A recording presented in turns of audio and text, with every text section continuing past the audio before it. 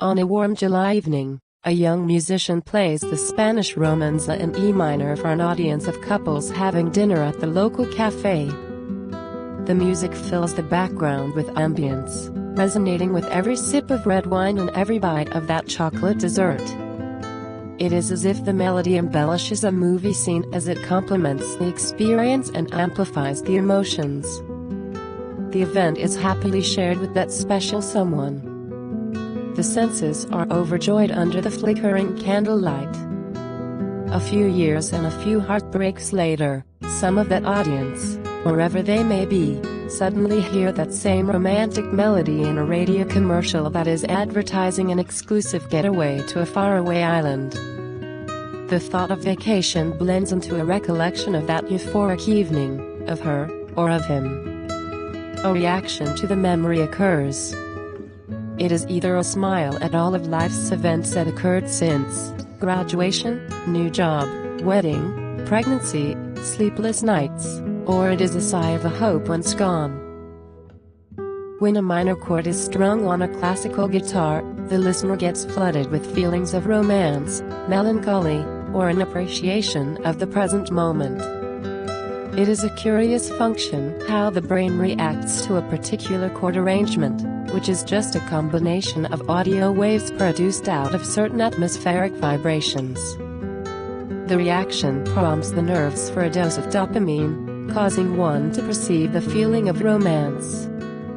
Also curious is how the experience is recorded in the psyche, its memory held dormant until something triggers it to rise up to the surface of the mind, if only for an instant. A major 7 chord, on the other hand, resembles a question mark, an unanswered expression, or a curiosity. This chord, when heard by its bare ring, requires a response to follow.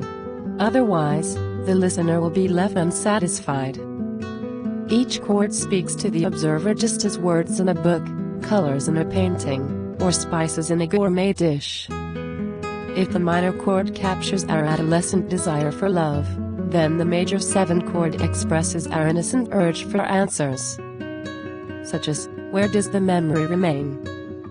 Is it in our brain cells and gets carried to every place we go? Is it in our subconscious mind, in the realm of a higher quantum dimension, beyond the unique coordinates of space and time? Or does it become a meme that infects all those who encounter a situation that is attuned to its distinct set of characteristics? Perhaps we identify with music because tones resemble the frequencies of the mind. Each thought progression is played on a scale of a personal melody. Similarly, rhythm resembles the pulse of the body. As the beat changes speed, so does our perception of time, our focus, and our productivity. The composition is ours alone, and life becomes a soundtrack, sometimes dramatic, sometimes romantic, and sometimes curious.